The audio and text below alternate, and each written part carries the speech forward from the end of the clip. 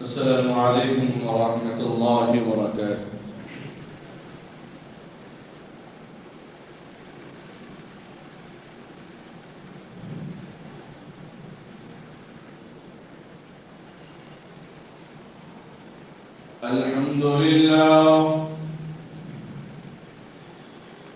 الحمد لله نحمده ونستعينه ونستغفره ونؤمن به ونتوكل عليه ونعوذ بالله من شرور أنفسنا ومن سيئات أعمالنا. من يهده الله فلا مضل له ومن يضلله فلا هادي له، ونشهد أن لا إله إلا الله وحده لا شريك له، ونشهد أن سيدنا وحبيبنا ونبينا ومولانا محمدا عبده ورسوله. اللهم صل على محمد في أول كلامنا، اللهم صل على محمد في أوسط كلامنا، اللهم صل على محمد في آخر كلامنا، اللهم صل على محمد وعلى آله وأصحابه وأزواجه وأهل بيته أجمعين. أما بعد، فأعوذ بالله من الشيطان الرجيم. بسم الله الرحمن الرحيم. وإذ أخذنا ميثاق بني إسرائيل لا تعبدون إلا الله وبالوالدين إحسانا وذي القربى واليتامى والمساكين وقولوا للناس حسنا. وقال الله تبارك وتعالى في القرآن الكريم: يا أيها الذين آمنوا أطيعوا الله وأطيعوا الرسول.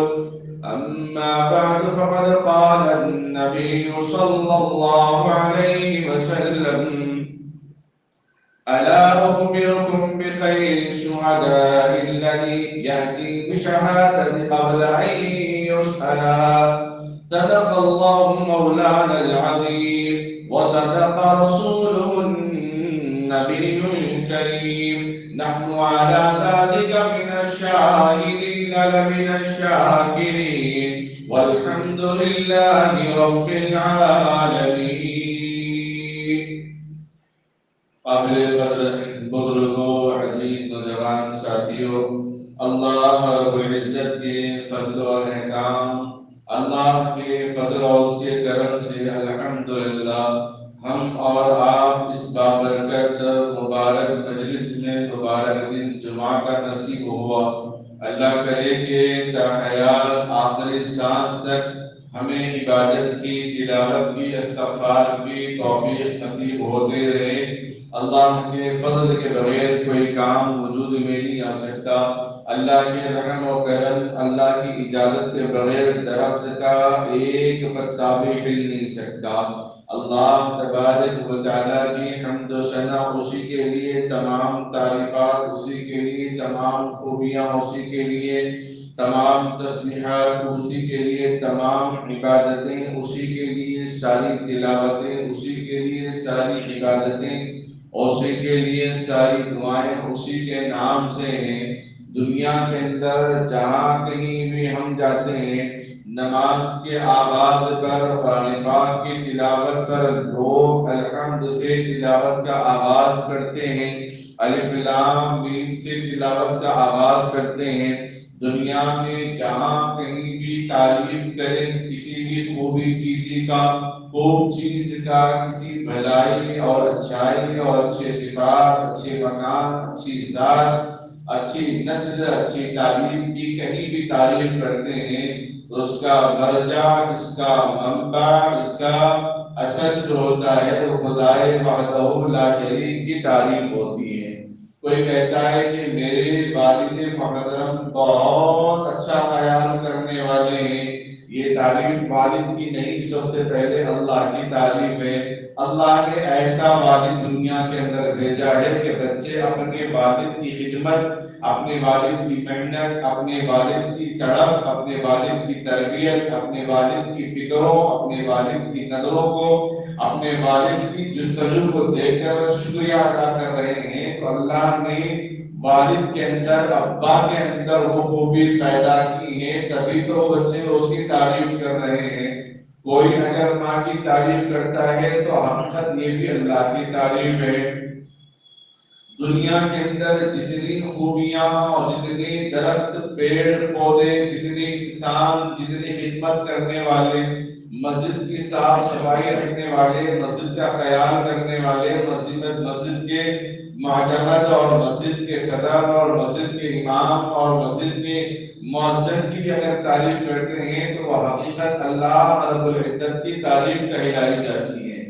ہاں، ایسے شخص کی تعریف کرے جس کا تعلق فرعون سے ہو، جس کا تعلق قطبہ سے ہو، جس کا تعلق شیبہ سے ہو، جس کا تعلق ابو لہب سے ہو، جس کا تعلق ابو جہل سے ہو، تو پھر وہ شیطان کی تعریف کہلائی جائے گی، پھر وہ منکر کی تعریف کہلائی جائے گی، پھر وہ نفی کی تعریف کہلائی جائے گی، ناقابل برداشت، ناقابل قبول کی تعریف کہلائی جائے گی۔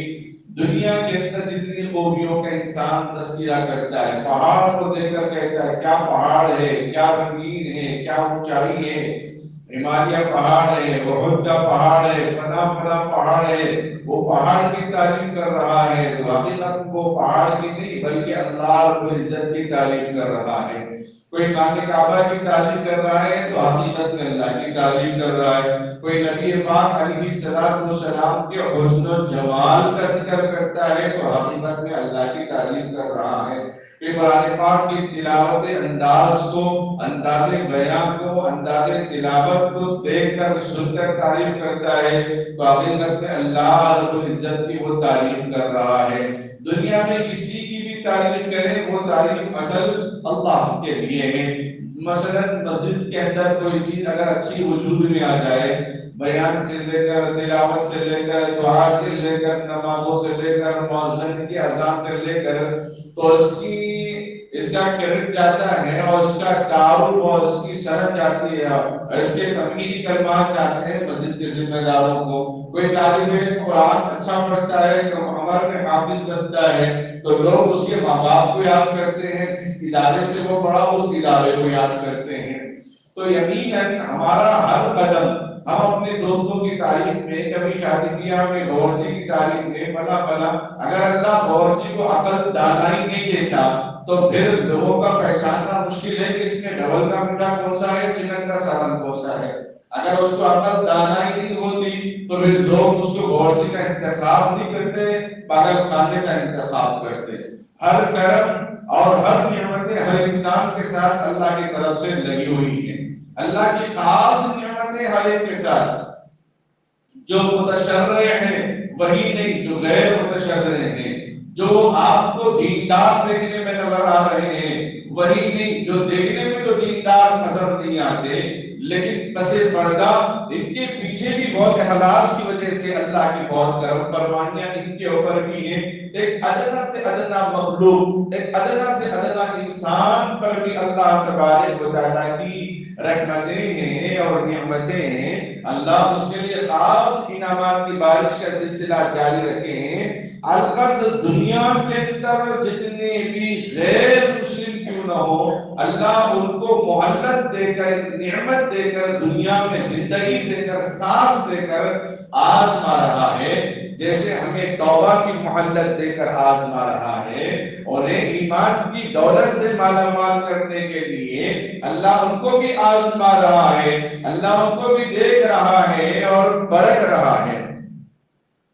اور دنیا کے اندر اللہ رب العزت نے ساری مخلوقات، ساری اشیاء، ساری چیزوں پر، ساری جتنی ہم کو دکھائی دے رہے ہیں اور جتنی چیزیں ہم کو دکھائی نہیں دیتی ان سب چیزوں پر اللہ تبارک و تعالیٰ رحم و کرم کا معاملہ فرماتے ہیں۔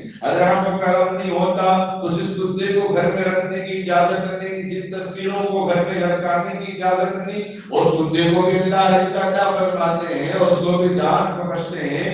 جو نبی پاک علیہ السلام کے شان میں گستاخی کرتا ہے، جو مسجد کی توہین کرتا ہے، مسلمانوں کی توہین کرتا ہے، مسلمانوں کو بھگاؤ کہتا ہے، مسلمانوں کو سیزن کہتا ہے، مسلمانوں کو وقتی مسلمان کہتا ہے، جو مسلمانوں کا دغاباز ہے یا منافق ہے، دجالی قسم کا انسان ہے یا اسرائیلی ذہنیت رکھنے والا کیوں نہ ہو، اللہ ایسے کو بھی مہلت دے کر آزما رہے ہیں، اس پر بھی اللہ نعمت عظمیٰ دے کر آزما رہے ہیں، نعمت کرم دے کر اللہ اس کو بھی آزما رہے ہیں۔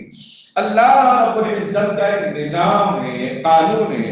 ہمارے اس ریاست تلنگانہ کے اندر، ہمارے شہر حیدرآباد کے اندر، چونکہ اب مسلمانوں میں، اپنوں میں، بیگانوں میں گہما گہمی کا ماحول بنا ہوا ہے کہ کس کو ووٹ دے، کس کو نہ دے، کس کی کیا خوبیاں ہیں، کس کی کیا خامیاں ہیں۔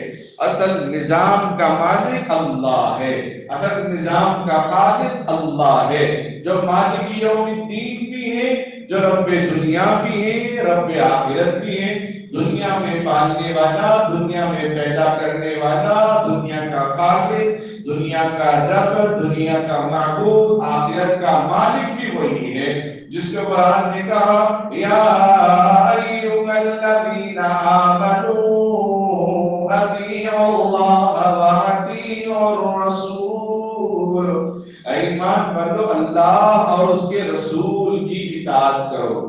اللہ اور اس کے رسول کی اطاعت صرف اپنے لیے نہیں، جن کی ہم اقتداء میں رہتے، جن کی ہم امامت میں رہتے، جن کی ہم نظامت میں رہتے، جن کی ہم صدارت میں رہتے، جن کی ہم حکومت کے ماتحت رہتے، ہر وہ انسان جس کی ہم سننے والے ہیں، ہر وہ انسان جس کی ہم اطاعت کرنے والے ہیں، ہر وہ انسان جس کی باتیں، جس کا قول و قرار اور جس کے زبان سے نکلے ہوئے الفاظ ہمارے لیے معنی رکھتے ہو، اس سے پہلے یہ معنی رکھتے ہیں کہ آیا یہ انسان اللہ کو اللہ ایک مانتا ہے یا نہیں مانتا۔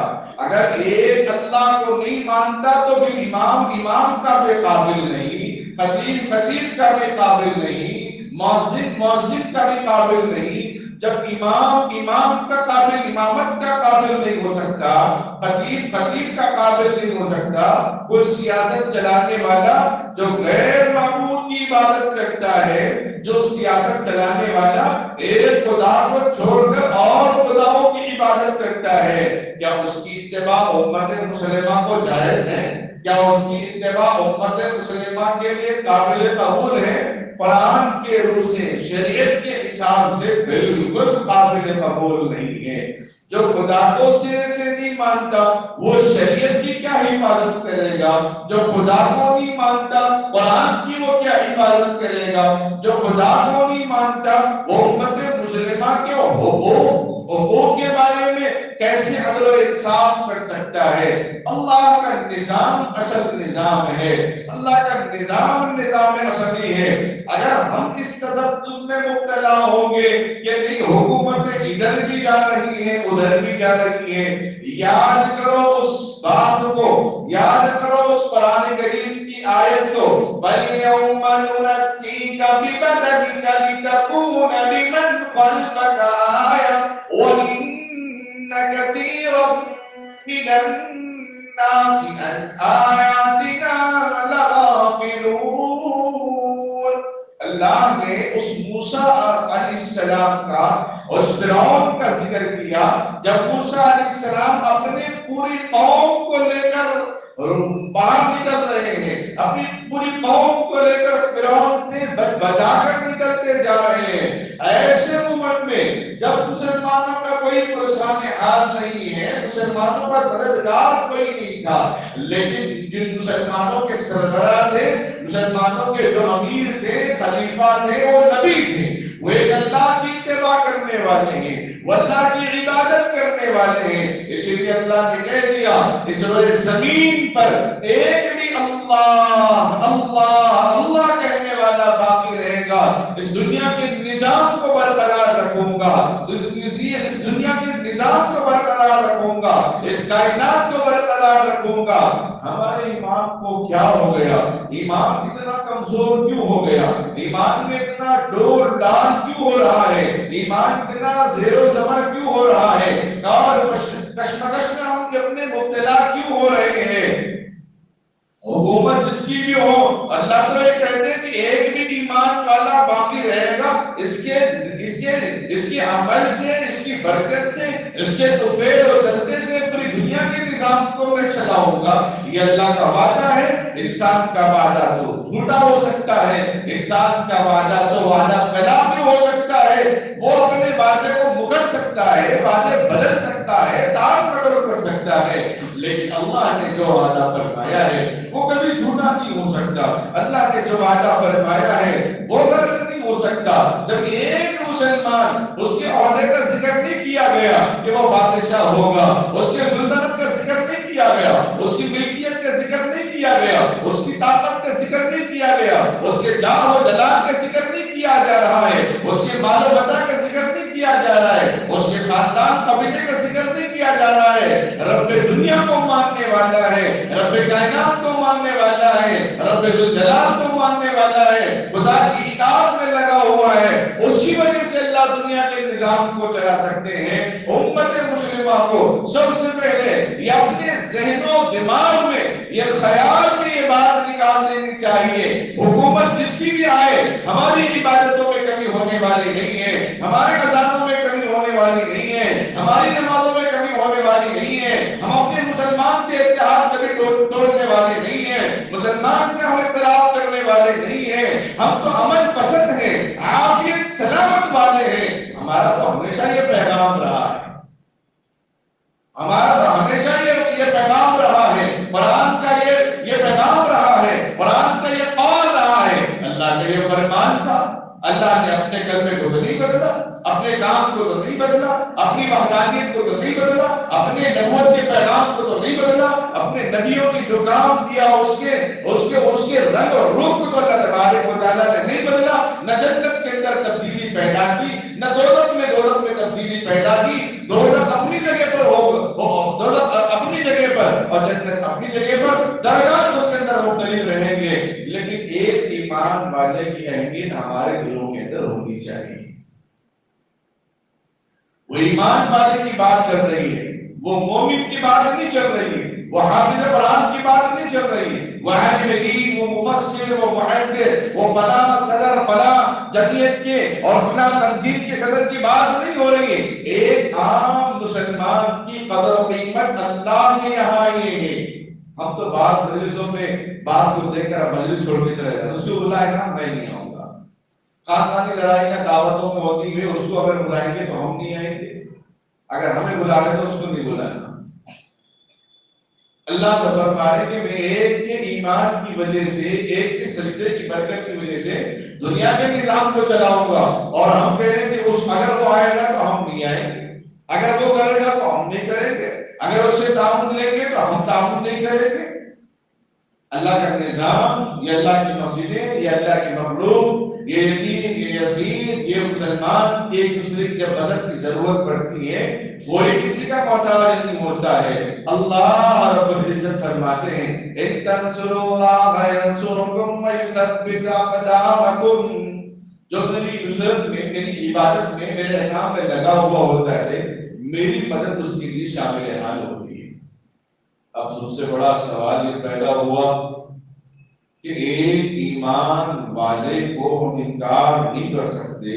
ایک ایمان والا جب اللہ وحدہ لا شریک کو مانتا ہے, تسلیم کرتا ہے, اور اس کو ہم کسی بھی طریقے سے, کسی بھی اینگل سے ہم اس کو برا نہیں کہہ سکتے, تو پھر جو عہدیداران سیاست میں لگے ہوئے ہیں جو میلے کے سیٹ پہ ہیں، لڑ رہے ہیں، اور جن کا تعلق غیر مسلم سے ہے، جن کا تعلق معبودوں کے ماننے سے ہے، جن کا تعلق کفار کافروں سے ہے، یا جن کا تعلق غیر مسلم سے ہے، اس معاملے پر مسلمان کیا پیغام دے گا؟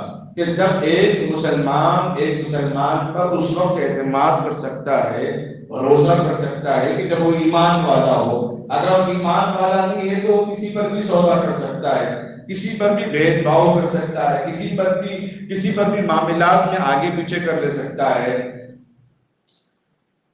میں نے گزشتہ جمعہ بتایا تھا، پہلے اس زمانوں کے اندر خاندان اور قبیلے کی حکومتیں چلتی تھی، علاقائی حکومت چلتی تھی، کوئی تنظیم کے نام نہیں ہوتے تھے، خاندان اور قبیلوں سے حکومت چلتی تھی. لیکن ہمارا ہندوستان جمہوری نظام ہے. اب ایک حدیث ہے، لا تدخل الملائکۃ بیتا فیہ کلب او تصاویر، اس گھر میں رحمت کے فرشتے نہیں آتے جس گھر میں کتا یا تصویریں ہوں. اب ہم اعلان کریں گے نماز کے بعد، مسجد اللہ کا گھر ہے، اللہ کی ملکیت ہے. جو آدمی مسجد کی خدمت کرتا ہے یقیناً وہ اللہ کی خدمت کرتا ہے. جو آدمی مسجد کے لیے اپنی رقم خرچ کرتا ہے یقیناً وہ اللہ کے لیے رقم خرچ کرتا ہے. للہ فللہ جو بھی رقم خرچ کرتا ہے وہ اللہ کے لیے رقم خرچ کرتا ہے. اب دعا کے بعد اپنے جیب سے لوگ گاندھی جی کو نکالیں گے، 10 20 100 کے نوٹ نکالیں گے، کوئی 500 کے نوٹ نکال دیں گے. اب گلے میں ڈالنے سے پہلے یہ خیال آئے گا کہ تصویر گھر میں رکھنے سے منع کیا گیا تھا، گھر میں لٹکانے سے منع کیا گیا تھا، لیکن یہ تصویر تو میرے جیب میں ہے، اب میری نماز کیسے ہوگی؟ تو فقہائے کرام نے بتا دیا کہ یہ ضروریات اشیاء میں سے ہیں، روز معاملات کے سامان میں سے ہیں. اسی لیے اب چونکہ نظام ہمارے ہاتھ میں نہیں ہے اور ضروریات اشیاء اور روزمرہ کے چیزوں میں سے ہے، اسی لیے اس کے لیے چھوٹ ہے. وہ اپنی تصویر کو جیب میں چسپا تو نہیں کر رہا ہے، وہ تصویر جیب کے اوپر چپکا تو نہیں رہا ہے، بس اندر ضروریات زندگی کے لیے اپنے جیب میں رکھا ہے. ورنہ گھنٹی اور گانے بجانے کی آواز سے شریعت نے دور رہنے کا حکم دیا، اور گانے بجانے کا آلہ اور فیکٹری فون کی شکل میں ہم اپنے جیب میں رکھ کے نماز پڑھ رہے ہیں. تو ضروریات زندگی جو چیز ہے ان چیزوں کے معاملے میں شریعت نے چھوڑ دی. تو لہذا جو نوٹ ہمارے جیب میں جو جیب میں پڑی ہوئی ہے اس سے ہماری نماز میں کوئی کمی آنے والی نہیں ہے، ضروریات زندگی میں سے ہے. اسی طرح جس ملک میں جس ریاست میں ہم رہتے ہیں وہاں پر مختلف حکومتیں بنتی ہیں، الگ الگ حکومت بنتی ہیں، اور حکومت کا نظام جمہوریت کے نظام سے بنتا ہے، سیکولرزم کے نظام سے بنتا ہے. تو بالکل بھی اسی طرح ہاں حکومت کوئی بھی کرنے والا کر لے، مسلمان اس کی تائید کر سکتا ہے، لیکن اگر وہ مسلمانوں کے داخلی مسلمانوں کے اندرونی مسائل پر دخل اندازی کرتا ہے تو ایسے آدمی کو ووٹ دینے کا کوئی حق نہیں ہے. بلکہ ووٹ دینا شرعاً گناہ کبیرہ ہے، جو قرآن کریم کی تعلیمات کو روکتا ہو، جو شریعت اسلام کو روکتا ہو، جو نماز سے روکتا ہو، جو اذان سے روکتا ہو، احکام فرائض سے روکتا ہو، پردے سے روکتا ہو، متشرع لباس سے روکتا ہو، داڑھی سے روکتا ہو، روزے سے روکتا ہو، تو پھر ایسی کہ حکومت کو تسلیم نہیں کیا جائے گا، بلکہ ایسوں کی مخالفت میں جہاد کا اعلان ہوا تھا. زبان سے بتاتے سمجھ میں آیا ٹھیک ہے، ورنہ دوسری شکل بیکار کرنے کا حکم دیا گیا تھا.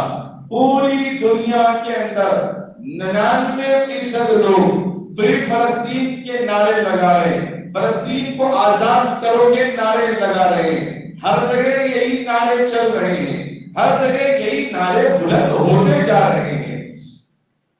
امت مسلمہ اس سلسلے میں بہت کوشش اور دعاؤں کے اندر لگی ہوئی ہے، چونکہ ہم وہاں پر جا نہیں سکتے. مسلمان کی حفاظت کے لیے، ماں بہنوں کی عزت عزت عفت کی حفاظت کے لیے، لیکن اس کی دوسری شکل، اس کے اشیاء پر، اس کے روزمرہ کے معمولات، روزمرہ کے استعمال والے سامان پر پابندی کر دیں گے تو فرمایا یہ بھی ایک جہاد ہے۔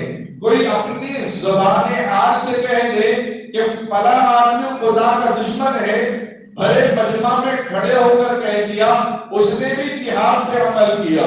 اور جب سے جہاد کے معنی آگے اپنے گناہوں کو مٹانا، اپنے گناہوں، اپنے خواہشات پر کنٹرول کرنا، چاہے جو لغت اٹھا کر دیکھنا چاہے دیکھ لیں، جو ڈکشنری اٹھا کر دیکھنا چاہے دیکھ لیں، عرب کی دیکھ لیں، عجم کی دیکھ لیں، فارسی قرآن فارسی لغت دیکھ لیں، ہر لغت کے اندر سب سے پہلے یہی لکھا ہوا ہے جہاد کے معنی اپنے نفسانی خواہشات کو دبا کر رب چاہی زندگی کو گزارنا، من چاہی خواہشات کو چھوڑ کر رب چاہے خواہشات پر گزارنا، یہ جہاد اکبر ہے۔ اور جہاد اصغر یہ ہے کہ جو شریعت پر، احکام فرائض پر، چاہے وہ قربانی ہو، فرض نمازیں ہوں، اذان ہو، قرآن پاک کی تلاوت ہو، تین طلاق کے مسائل ہوں، جو فرائض کی فہرست میں آتے ہیں، اس معاملے پر اگر کوئی روک ٹوک کرتا ہے،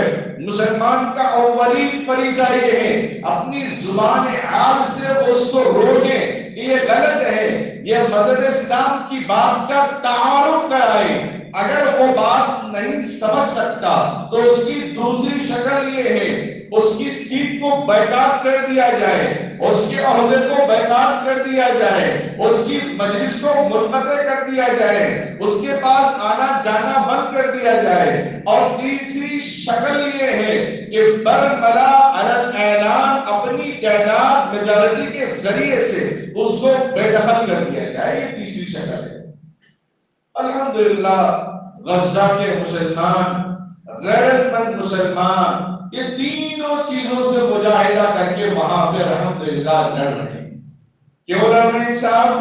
جس کا ذکر اللہ نے قرآن میں ذکر کیا مسجد اقصی، اس کی حفاظت کے لیے، اس کی حفاظت کے لیے آواز اٹھا رہے ہیں، اپنے گھر کو بچانے کے لیے نہیں، اپنی نوکریوں کے لیے نہیں، اپنی 4% ریزرویشن 12% ریزرویشن کے لیے نہیں، انبیاء کی سرزمین کی حفاظت کے لیے لڑ رہے ہیں، مسجد اقصی کی حفاظت کے لیے لڑ رہے ہیں، معصوم عورتیں، معصوم بچوں کی جان بچانے کے لیے وہ لڑ رہے ہیں، اس کے علاوہ اور کوئی ان کا مقصد نہیں ہے۔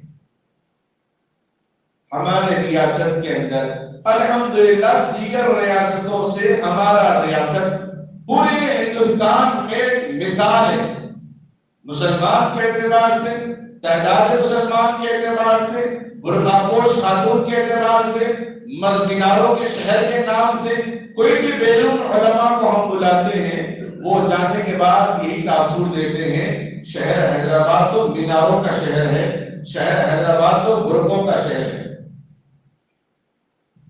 ایک عالم دین پڑوس ملک سے آئے اور ان کا بیان ہوا اس زمانے میں کئی سال پہلے، اس کے بعد بیان کے بعد وہ اپنے مقام پہ جاتے ہیں، کہتے ہیں میں مسلمان کو جو دیکھا ہوں تو وہ شہر حیدرآباد میں دیکھا ہوں، 3000 سے زائد خواتین ہیں اور سروں کا سمندر اور سارے برقع پہنے ہوئے ہیں۔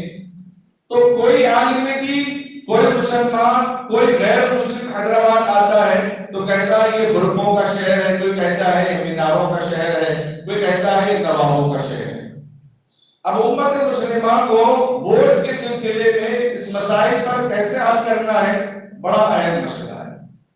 پہلی بات تو یہ ہے، بڑے ادب کے ساتھ بڑے بزرگ حضرات موجود ہیں، آج سے 30-40 سال پہلے نہ کسی مسجد سے اعلان ہوتا تھا، نہ کسی مدرسے سے اعلان ہوتا تھا، نہ کسی جمعیت سے اعلان ہوتا تھا کہ ہم کسی کی تنظیم، کسی پارٹی کی ہم تائید کر رہے ہیں، بلکہ مسلمان گوشت در گوشت زمینی سطح پر ایک آواز لگا دیتا تھا کہ فلاں آدمی سیکولر ذہن کا ہے، اس کو ووٹ دینا، بس ختم، بات ہو جائے۔ کہیں بھی پامفلیٹ نہیں چھپتے تھے اور کہیں بھی اپنے پلے کارڈ کے ذریعے سے یہ اشتہار نہیں پھیلا جاتا تھا مسلمانوں کی جانب سے کہ ووٹ اس کو دے، مسلمان فلاں کو دے، فلاں کو دے۔ سیاسی ماحول جماعتیں، تنظیمیں جیسے جیسے اپنے مقصد کے لیے لوگ استعمال کرنے لگے، اپنے مقصد کے لیے استعمال کرنے لگے، اپنی کرسیاں گرم کرنے لگے، اپنے جیب سینکنے لگے، تب تک لوگوں نے یتیم خانوں کو، مدارس کو، مکاتب کو، مساجد کو سیاسی حربے اور ہتھکنڈی کی طرح استعمال کیا ہے۔ آج اتنے بیانات آ رہے ہیں، تذبذب کے شکار ہے ہم خود علماء، عوام تو عوام ہے ہی، علماء بھی تذبذب کے شکار ہے۔ ایک ہی محلے سے دو علماء اپنے بیان دے رہے ہیں، کوئی فلاں تنظیم کی تائید میں لگا ہوا ہے، کوئی فلاں تنظیم کی تائید میں لگا ہوا ہے۔ ہر جگہ اختلاف، بعض جگہ اختلاف رحمت ہوتا ہے، ہر جگہ اختلاف رحمت تو نہیں ہوتا۔ اگر پورے بیک وقت میں اگر مسلمان ایک تنظیم کی تائید کرے، اگر وہ کامیاب نہ ہو، جس کی تائید نہ کرے، اگر وہ کامیاب ہو گیا تو پھر وہ تو الگ اعلان کہے گا کہ مسلمان متفقہ طور پر، متحدہ طور پر ایک جہد ہو کر مسلمانوں نے میرے لیے ایک ووٹ بھی نہیں دیا، لہٰذا میں آج ایک کام بھی نہیں کروں گا، تو مسئلہ الٹا ہو جائے گا۔ ہمارا عقیدہ تو اللہ کے اوپر ہے، لیکن اسباب بھی تو ضروری ہے۔ جو مسلمان الگ تنظیم کی تائید میں، کوئی مسلمان الگ تنظیم کی تائید میں، بیچ مسلمان کو یہ کہنے کی اجازت، یہ کہنے کا حق نہیں ہے کہ بھائی تم اس پارٹی میں کیوں ہے، تم اس پارٹی میں کیوں ہے۔ جمہوری نظام ہے اور آزادانہ خیال ہے، اور چاہے وہ کامیاب ہو یا نہ ہو، مسلمانوں کی موجودگی کو دیکھ کر کہے گا کہ مسلمان میرے سپورٹ میں، وہ بھی کہے گا مسلمان میرے سپورٹ میں، اور یہ طرف کا اعلان اگر کر دیے۔ لیکن علاقائی اعتبار سے 10 دنوں سے میٹنگ ہو رہی ہے، اور کبھی ایک صاحب جو دوسرے علاقے کے رہنے والے، ابھی حال ہی میں 15 دن پہلے ایک نیوز ہم نے دیکھا ہے کہ کرناٹک کے لوگوں کو یہاں بلا کر مخالف پارٹی کو ووٹ دینے کے لیے نعرے لگا رہے ہیں۔ بھائی دوسرے ریاست کے لوگوں کو یہاں کی حالت کیسے پتا، دوسرے ریاست کے لوگوں کو یہاں کی مجبوریوں کا کیسے علم ہوگا؟ اسی طرح ایک صاحب جو دوسرے علاقے کے رہنے والے، کل شام میں انہوں نے بیان دیا کہ فلاں حلقے سے، فلاں محلے سے ہم اس کی تائید کر رہے ہیں۔ اب ان کی وجہ سے ہنگامی میٹنگ آج بعد نماز عصر رکھی گئی۔ جمعہ کے لیے بہت سارے فون آ رہے ہیں کہ خطبے کے بعد آپ بنا جگہ تشریف لائے، کیونکہ اہم مسئلہ پھر دوبارہ آخری میٹنگ اس کی رکھی جائے۔ اس سے پہلے جو میٹنگیں ہوئی مختلف ہوئی، بعض علاقوں سے بعض کی تنظیم کی تائید ہوئی، بعض علاقے سے BRS کی تائید ہوئی، بعض علاقے سے کانگریس کی تائید ہوئی، اور متفقہ طور پہ کئی ایک جگہ تائید نہیں ہوئی۔ کیوں؟ بھائی حلقے اور حلقے کے اعتبار سے کام کرنے والا مسلمانوں کے لیے، غیروں کے لیے یہ آدمی بڑا فائدہ مند ہے۔ اور پوری میٹنگ ہونے کے بعد ایک صاحب کھڑے ہو کر بولنے لگے فلاں آدمی اگرچہ زعفرانی پارٹی کا ہے، اگرچہ زعفرانی پارٹی کا ہے، لیکن مسلمانوں کے آج تک کسی کام کو اس نے پینڈنگ میں نہیں رکھا۔ اب بتائیے، شخصی طور پہ تو اس کا انکار نہیں کیا جا سکتا، شخصی طور پہ اس کا انکار نہیں کیا جا سکتا، مرکزی طور پہ اس کا انکار کیا جا سکتا ہے۔ اور یہ نیا معاملہ، نیا مرحلہ نہیں ہے، لیکن ہمارا ایمان مسلم ہے۔ ان معاملات میں، ان مسائل میں ایک دوسرے کو کفر کا فتویٰ دے کر، ایک دوسرے کو منافق کہہ کر اپنے ایمان کا سودا نہ کریں۔ حکومت تو اللہ کی ہے، حکومت کسی کی طے نہیں، امامت کسی کی طے نہیں، خطابت کسی کی طے نہیں، صدارت کسی کی طے نہیں، ملک کسی کا طے نہیں، سلطنت کسی کی طے نہیں ہے۔ اگر وہ ہے تو اللہ کی طے ہے۔ امت مسلمہ کو جس نام سے اللہ نے اس کو پکارا ہے، ان المسلمین والمسلمات والمؤمنین والمؤمنات والقانتین والقانتات، جن القاب سے اللہ نے مسلمانوں کو بلایا، قد افلح المؤمنون الذین هم فی صلاتهم خاشعون، اللہ نے ایمان والوں کے ساتھ، ان کے صفات کے ساتھ امت مسلمہ کو اللہ نے بلایا اور پکارا ہے۔ جائیداد کے خاطر اپنے بڑے بھائی یا چھوٹے بھائی کی عزت کو اچھالنا، یا کسی چند پیسوں کے خاطر اپنے باپ پر ہاتھ اٹھانا، اپنی زبان درازی کرنا، شریعت میں اس کی کبھی اجازت نہیں کی ہے۔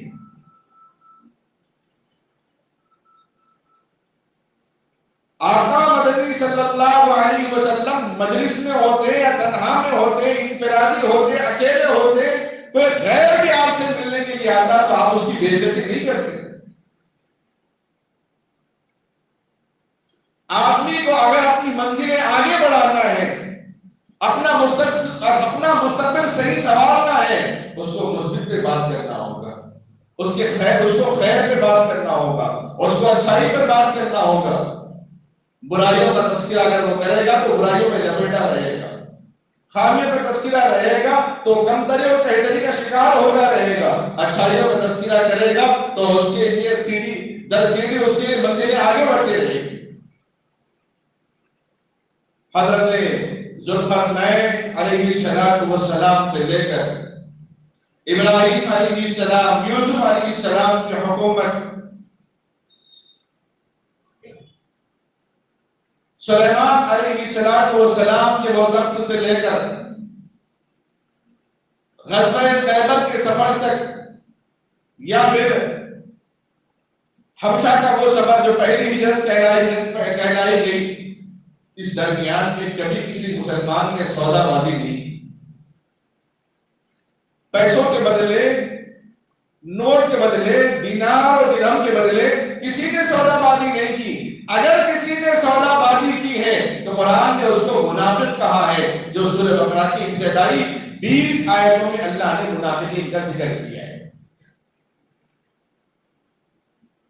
اگر کوئی اہل علم، دانشمند آدمی قرآن کے اندر کے معلومات نکال کر مخالف تنظیموں کو دے کر مسلمانوں کو بھڑکاؤ بھاشن دینے کے لیے فلاں آیت کا حوالہ دیتا ہو تو فرمایا وہ بھی منافق ہے، وہ بھی منافق ہے۔ مسلمان کبھی تذبذب کا شکار ہونا یہ مسلمان کی شایع نشان نہیں۔ جس ملک میں، جس علاقے میں کوئی مسلمان کی تعریف کرنے والا نہیں ہے، اللہ کہے کہ میں وہاں ہوں، جس کا کوئی نہیں، اس کا میں خود ہوتا ہوں، اس سے بڑا ایمان کیا چاہیے، اس سے بڑا تحفہ کیا چاہیے؟ اگر مسلمان پیسوں کے خاطر بک گیا تو پھر اس کے ووٹ تقسیم ہو گئے۔ ایک لطیفہ دیکھا ہے، ایک صاحب آئے کہنے لگے کہ مجھے ووٹ دو، میں 1000 روپے تمہیں دوں گا۔ مسلمان بڑا ہوشیار تھا، اس نے کہا کہ نہیں، میں پیسے نہیں لوں گا، مجھے اچھا نہیں لگتا، ایسا کرے کہ آپ مجھے گدا لا کر دیں تاکہ وزن سامان میں سامان سفر کے لیے رکھ دوں گا، اس سے میری آمدنی ہوتی رہے گی۔ اب وہ چلا گدا خریدنے کے لیے، جو ووٹ مانگنے آیا تھا گدا خریدنے چلا۔ 1 دن ہو گئے، 2 دن ہو گئے، 3 دن ہو گئے، اور واپس آ کر کہنے لگا میں 5-10 ہزار روپے دے دوں گا، لیکن گدا خرید کے دے نہیں سکتا۔ تو کہنے لگے وہ کیوں؟ کہنے لگے گدے کی قیمت تو 40,000 ہے، اس لیے میں آپ کو 5-10 ہزار روپے دے دوں گا، آپ مجھے ووٹ دے دیں۔ اس نے کہا کہ بادشاہ گستاخی معاف، کیا انسان ہماری قیمت گدے سے بھی کہیں گزری ہے؟ گدے کی قیمت تو 40,000 ہو گئی ہے اور ہمیں 5,000-10,000 میں نپٹانا چاہتے ہیں۔ اگر مسلمان بھی اپنے ووٹ کو بکنے نہ دیں، ووٹ کے استعمال کو صحیح جگہ استعمال کر لیں تو اللہ تبارک و تعالیٰ اس کی رحمتیں برکتیں عطا کرتے ہیں۔ جس طرح ایک نمازی کی برکت پورے محلے کے 40 گھروں میں عطا کرتے ہیں۔ اندازہ ایک نمازی، امام کی نماز نہیں کہا گیا، مؤذن کی اذان نہیں کہا گیا، خطیب کی نماز نہیں کہا گیا، ایک نمازی کی برکت 40 گھروں اور محلے کے اثر انداز ہو سکتی ہے۔ ایک ایماندار کا ووٹ بھی پوری حکومت پہ اثر انداز ہو سکتی ہے۔ جو شاہ صاحب دامت برکاتہ نے فرمایا اگر سیب کو تولیں گے یہ نہ سوچے 4 دانے تو برابر ہوگا، 5 دانے تو برابر ہو جائے گا، 6 ڈال دیے، ایک آدمی کہے کہ میرا کام کیا کام، جب تک وہ 7واں سیب نہیں آئے گا ترازو برابر کا فیصلہ نہیں دے گا۔ جو آدمی سمجھتا ہے کہ میرے ڈالنے سے کیا ہوگا، میرے کامنے سے کیا ہوگا، شرعی اعتبار سے جو ووٹ کا شہری ہونے سے اعتبار سے دیا گیا، حب الوطن من الایمان، وطن سے محبت کرنا ایمان کا حصہ ہے۔ Aadhaar card, voter I D card جو بنایا کس مقصد سے بنایا گیا؟ اگر اس میں ہم ووٹ استعمال نہیں کریں گے، ووٹ کے ایام الگ آگے دن آ گیا، لوگ چھٹیوں کی طرح پکنک منانے نکل گئے۔ محلے میں لوگوں کو ترغیب دینا چاہیے، مسلمانوں کا اپنا ایک وزن قائم ہونا چاہیے. بس ایک تو ووٹ ڈال دیے وہ کہنے لگے کہ ہاں ہو گیا ہو گیا ہو گیا. ان چیزوں سے کچھ ہونے والا نہیں ہے. اپنے مقامی اعتبار سے دانش مندوں کے رائے اور مشورے کو ان چیزوں سے مذہبی مقامات کو دور رکھتے ہوئے اپنے مشوروں سے دانشمند حضرات کے مشورے سے علاقے کے اندر کسی ایک کا متفقہ رائے پر ووٹ دے. اللہ تبارک و تعالیٰ اس سے کامیابی عطا کریں گے. جو مخالفت تنظیم میں اگر کوئی مسلمان ہے, ہمیں اس سے کوئی انکار نہیں ہے, اگر وہ تنظیم کامیاب ہو جائے گی تو پھر وہ ایک نام رہے گا کہ مسلمان ہمارے پاس بھی تھے. بہرحال وقت کی کنٹامنی ہے, وقت کو آگے نہیں بڑھانا چاہتا. اپنے ووٹ کو ضروری سمجھتے ہوئے شرعی اعتبار سے بھی ووٹ رکھتے ہوئے اگر کوئی آدمی ووٹ نہیں ڈالتا ہے تو شریعت کی نظر میں وہ گنہگار کہلایا جاتا ہے. اللہ نے حق آپ کو دیا ہے, اس کا صحیح استعمال کرے. اللہ سے دعا ہے اللہ ہم سب کو کہنے سننے سے زیادہ عمل کرنے کی سعادت نصیب فرمائے.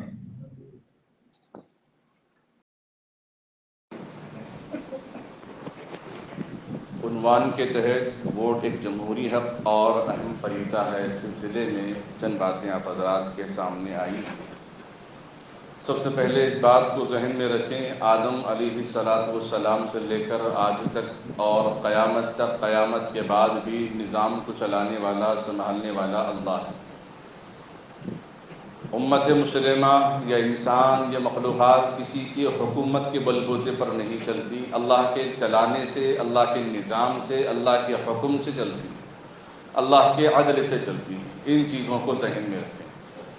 ہاں, اللہ رب العزت نے انسان کو اسباب پر چھوڑ دیا ہے.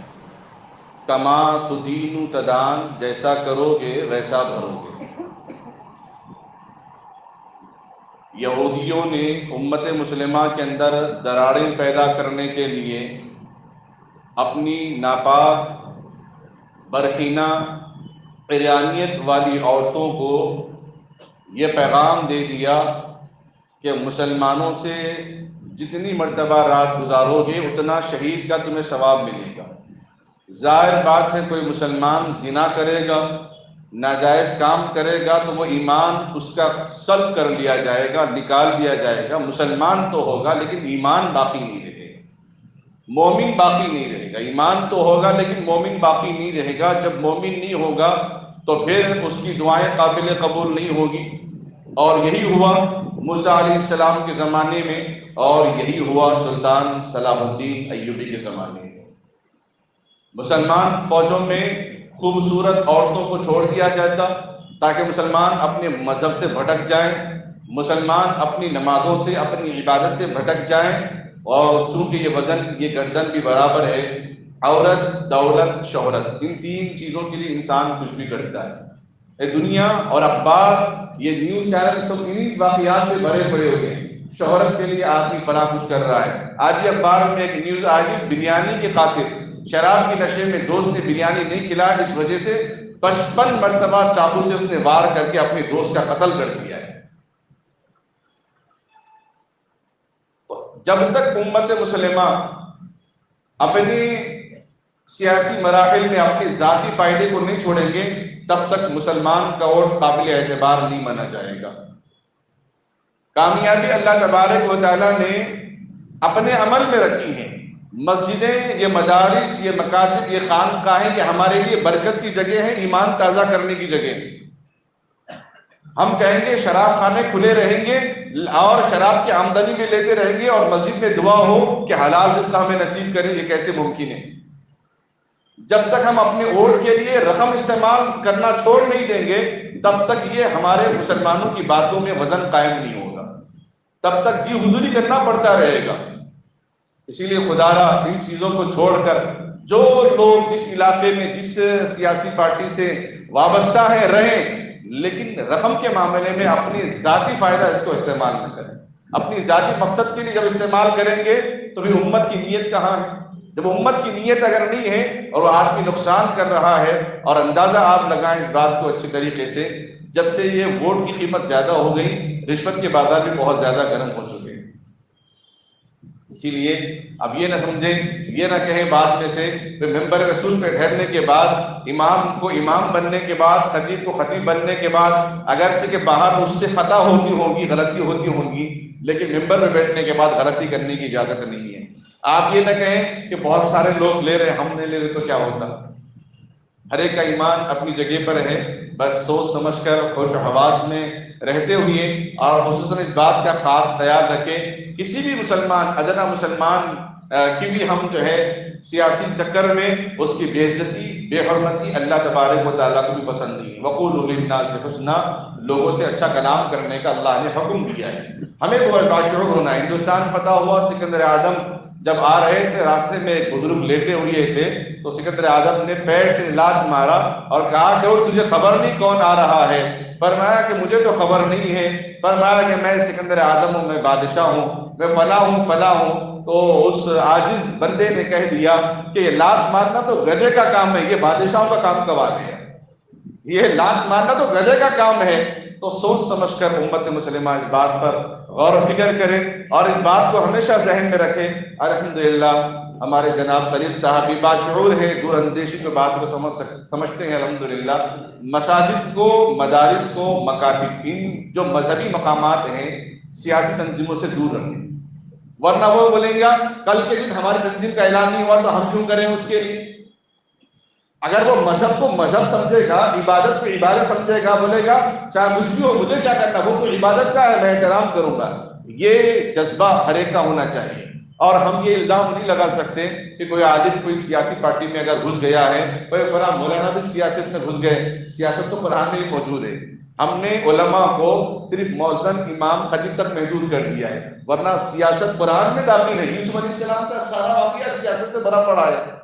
بہرحال وقت لمبا طویل ہو جائے گا، اللہ سے دعا کیجیے امن عافیت کے لیے، سلامتی کے لیے، اور ہماری کامیابی ووٹ پہ بیس پہ نہیں ہے، بس ایک رواج ہے، اصول بنایا گیا ہے 5 سال کا، بس اس کی میعاد کے لیے ہم کوشش کر رہے ہیں۔ اصل کامیابی تو ہماری نماز ہے، ہمارا ایمان ہے، ہماری تلاوت ہے، ہمارے بیوی بچے، ہمارا گھر کا ماحول، ہمارا گھر کا نظام، حلال روزی حلال روٹی ہمارے لیے اصل کامیابی ہے۔ یہ ہمارا یہ نسل ہے، ہمارا ہے۔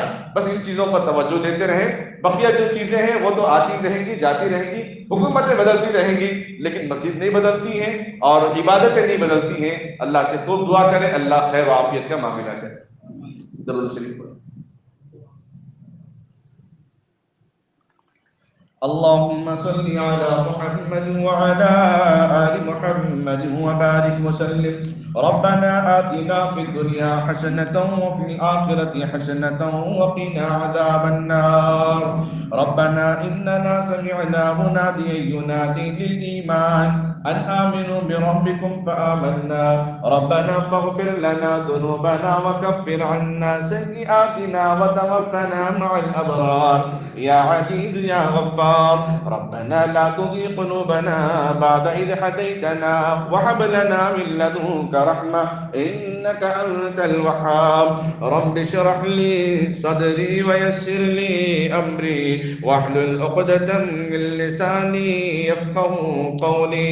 ربنا ولا تحمل علينا إصرا كما حملته على الذين من قبلنا، ربنا ولا تحملنا ما لا طاقة لنا به واعف عنا واغفر لنا وارحمنا أنت مولانا فانصرنا على القوم الكافرين۔ حسبنا الله ونعم الوكيل، لا إله إلا أنت سبحانك إني كنت من الظالمين۔ اللهم أجرنا من النار۔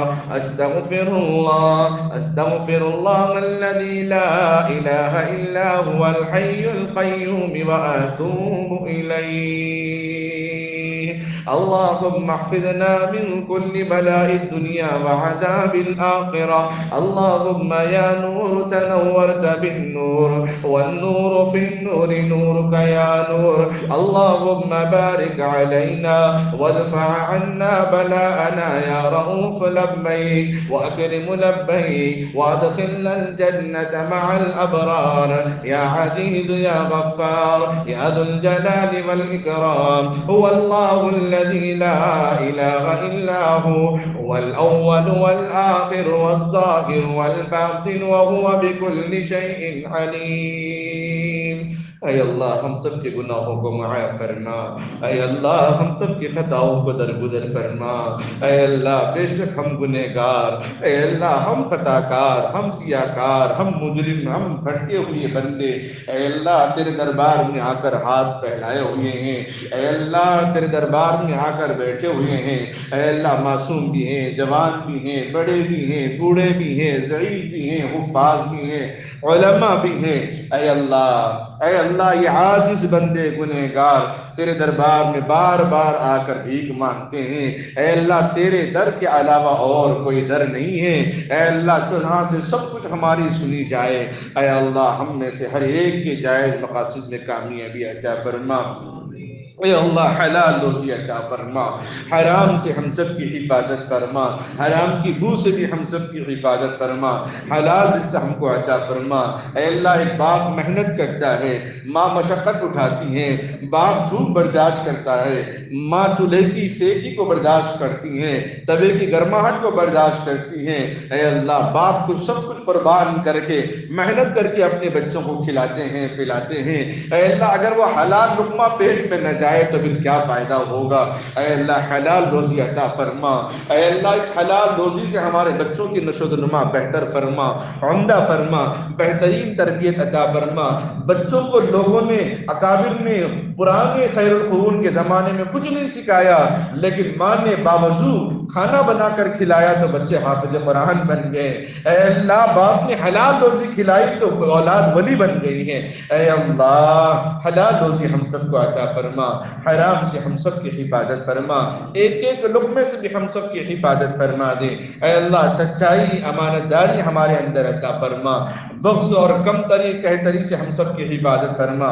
چوری ڈاکہ زنی جھوٹ بغاوت منافقت سے ہم سب کی حفاظت فرما، اے اللہ آدم علیہ السلام سے لے کر آج تک دنیا میں جتنے بھی لوگ رخصت ہو چکے ہیں، اے اللہ ان سب کے درجات کو بلند فرما، مغفرت فرما، اے اللہ مرحومین کی مغفرت فرما، خصوصاً شرف الدین صاحب، نازیہ بیگم صاحبہ، سید امیر آصف علی جعفر صاحب خیر النساء، اے اللہ ان سب کی مغفرت فرما، ان سب کے درجات کو بلند فرما، کروٹ کروٹ چین سکون راحت اطمینان عافیت نصیب فرما دے، اے اللہ ہم کو بھی اس دنیا سے رخصت ہونا ہے، ایک نہ ایک دن جانا ہے، آج جوانی ہے کل بڑھاپا ہوگا، آج بڑھاپا ہے اے اللہ کل زندگی ختم ہو جائے گی، اے اللہ موت یقینی ہے، اے اللہ کب ہے اس بات کا کوئی اندازہ نہیں ہے، قبل الموت اے اللہ موت کی تیاری کرنے والا بنا، جنت کی تیاری کرنے والا بنا، اے اللہ اپنی رضا والی زندگی نصیب فرما،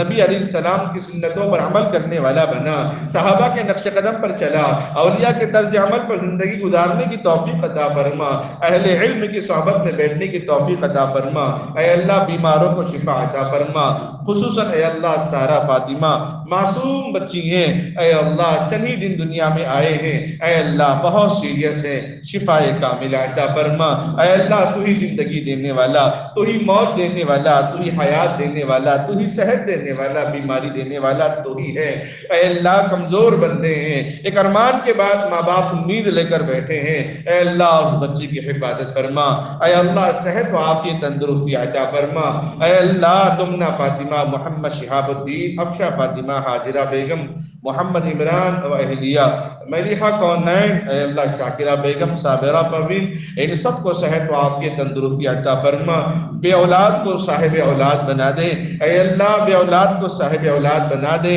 بگڑی ہوئی اولاد کو نیک صالح بنا، فرمانبردار بنا، خدمت گزار بنا، اطاعت گزار بنا دے، اے اللہ جو اور بھی بیمار ہیں جو نام دینا چاہتے تھے دے نہ سکیں، نام بنام سب کو صحت کاملہ عاجلہ مستمرہ دائمہ صادقہ نصیب فرما، جتنے حضرات مسجد میں بیٹھے ہیں ہر ایک کے دلوں میں جسمانی میں جو بیماری ہے اے اللہ ان سب کی بیماریوں کو دور فرما، اے اللہ جتنے لوگ بیٹھے ہیں ان میں کوئی کسی کے مرحومین ہیں ان سب مرحومین کی مغفرت فرما، ان سب کے درجات کو بلند فرما، اے اللہ آنے والے جمعرات کو جو الیکشن ہے اس میں عافیت کے ساتھ، خیر کے ساتھ، سلامتی کے ساتھ، اتحاد کے ساتھ اے اللہ وہ اپنے ووٹ کو صحیح استعمال کرنے کی توفیق عطا فرما، صحیح انتخاب کرنے کی توفیق عطا فرما۔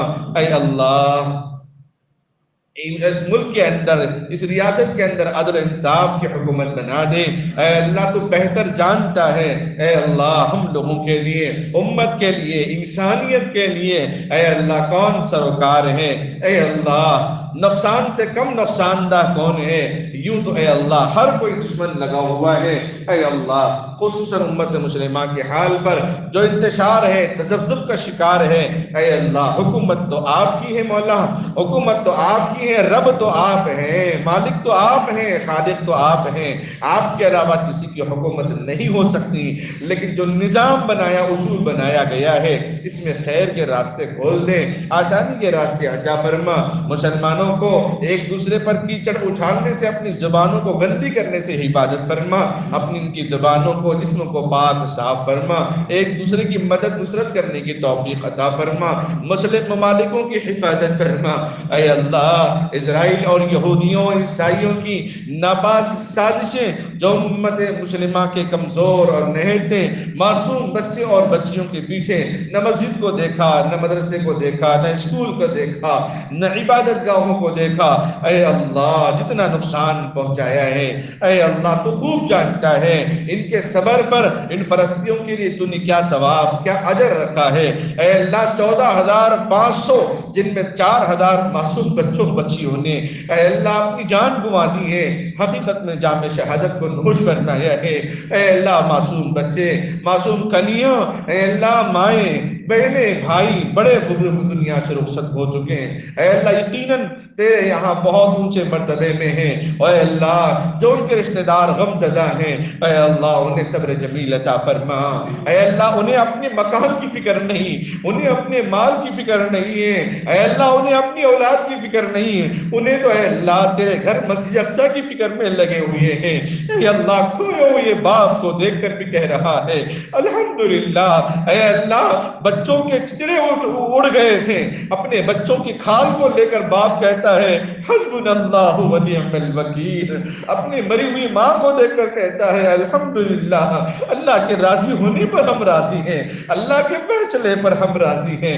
اے اللہ کیا دل ہے ان لوگوں کا، اے اللہ جن لوگوں نے صبر و تحمل سے کام لیا ہے، اپنے ایمان کا سودا نہیں کیا، اے اللہ اپنے آخرت کا سودا نہیں کیا، ہمیں بھی خصوصاً ہندوستان اور ریاست تلنگانہ میں ووٹ کے ذریعے اپنے ایمان کے سودا کرنے سے بچا لے مولا، ووٹ کے ذریعے سے اپنے سودا کرنے سے بچا لے، ایمان کے سودا کرنے سے بچا لے، برتے کے سودا کرنے سے بچا لے، مسلمانوں کا نام لے کر سودا کرنے سے بچا لے۔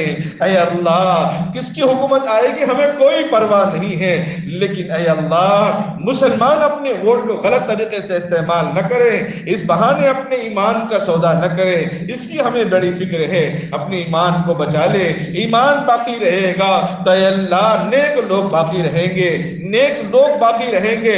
فرعون بھی حکومت کرنے کے لیے آئے گا، موسیٰ جیسے جیالوں کو تو پیدا کر کے عدل انصاف قائم کرے گا۔ اے اللہ حکومت مسلمانوں کی نہ ہو تب بھی اے اللہ عدل انصاف قائم کرنا ایمان والوں کو آتا ہی ہے۔ اے اللہ ہم سب کو بہتر راستہ تلاش کرنے چننے کی توفیق عطا فرما۔ اے اللہ جن جن لوگوں نے دعاؤں کے لیے کہا ہو یا لکھا ہو یا ان کا ہم پر حق ہو، ان سب کو اپنے جائز مقاصد میں کامیابی عطا فرما۔ اے اللہ چھوٹی موٹی دعا کو اپنے فضل و کرم سے جناب آقا و مولا تاجدار مدینہ امام الانبیاء محمد رسول اللہ صلی اللہ علیہ وسلم کے صدقۃ خیر قبول منظور فرما۔ وصلی اللہ تعالی علی خیر خلقہ محمد وعلی آلہ واصحابہ وازواجہ واہل بیتہ اجمعین برحمتک یا ارحم الراحمین والحمد للہ رب العالمین۔